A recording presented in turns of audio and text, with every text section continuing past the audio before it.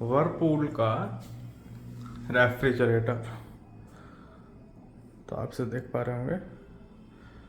तो इसके स्पेसिफिकेशंस कुछ इस प्रकार हैं। 308 लीटर का फ्रिज है और ये मॉडल है 2025 का।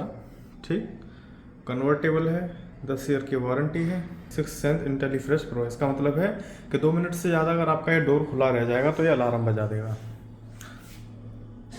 तो इस हिसाब से आप इधर से सकते हैं। ये है ऊपर फ्रीज़र पोर्शन, इसमें ये हो गया आइस क्यूब बनाने का आइस ट्रे, और ये हो गया हमारा पूरा फ्रीज़र। ये कन्वर्टेबल है, आप इसका भी फ्रीज़र की तरह है, इसके बाद आप इसको फ्रिज की तरह भी यूज़ कर सकते हैं। इसमें सेटिंग्स हैं सारी, मैं आपको दिखाऊंगा कैसे करनी है, क्योंकि मैंने जब ख़रीदा था तो मैंने भी थोड़ा डाउट था, तो मुझे क्लियर नहीं हुआ, इसलिए मैंने सोचा कि लाओ वीडियोस बना दिया जाए इसका एक्सप्लेनेशन का और आपको बता दिया जाए। तो ये हो गया इसका फ्रीज़र, ऊपर वाला फ्रीज़र का पोर्शन। ये हो गया रेफ्रिजरेटर वाला पोर्शन।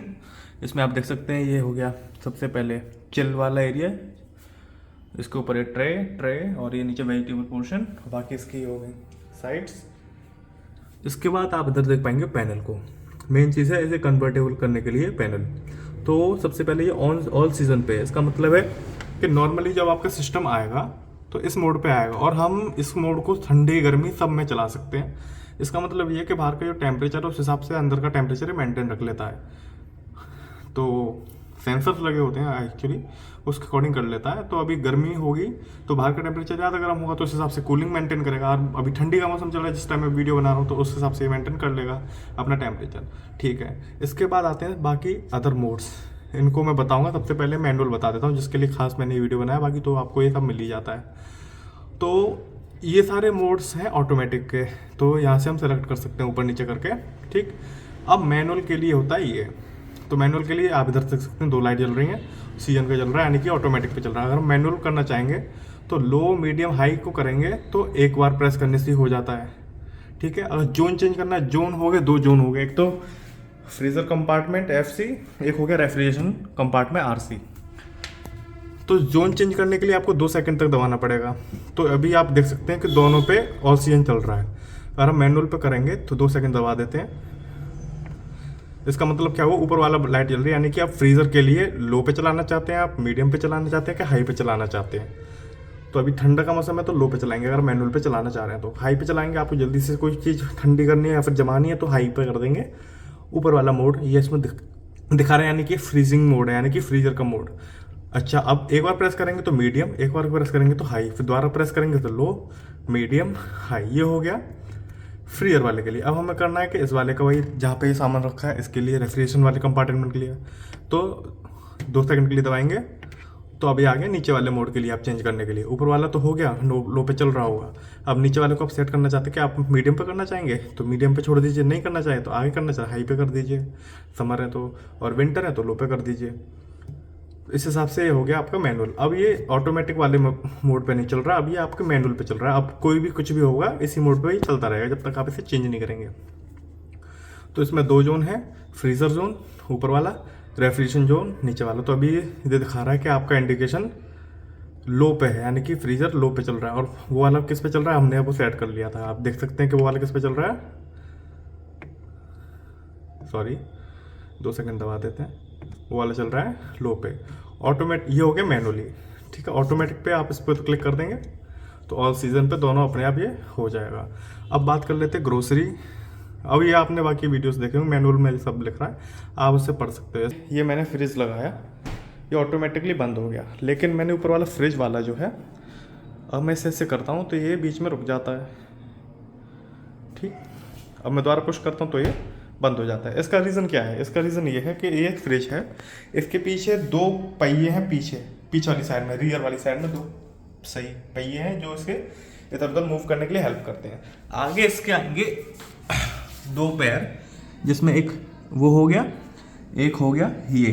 तो आप इनको क्लॉकवाइज एंटी क्लॉकवाइज घुमाकर इसकी हाइट ऊपर नीचे कर सकते हो। अगर आपको ये दोनों डोर्स बंद करने हैं ऑटोमेटिकली, यानी ऑटोमेटिक मतलब कि खुला रह जाए तो अपने आप बंद हो जाए, तो उसके लिए आपको ढार देना होगा, ढलान होता है ना, उसको देना होगा। यानी कि आपको ये दोनों आगे से उठाने पड़ेंगे, जिससे क्या होगा कि जब डोर जैसे अटक रहा था फिर वो अटकेगा नहीं।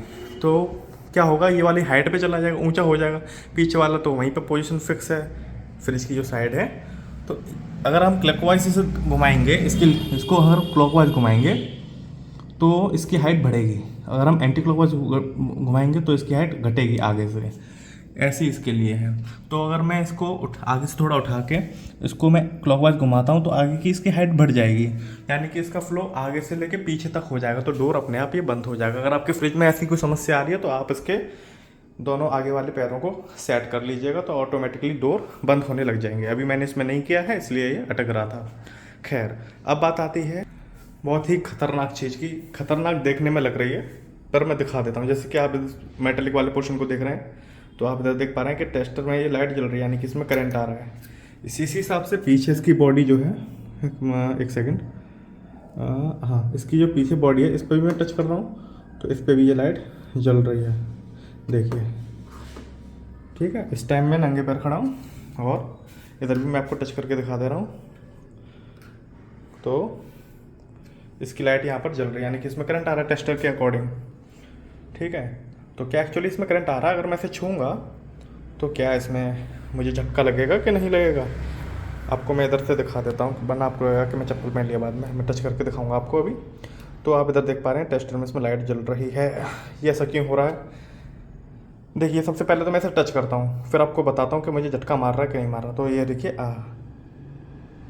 इसमें बहुत ही माइन्यूट सा,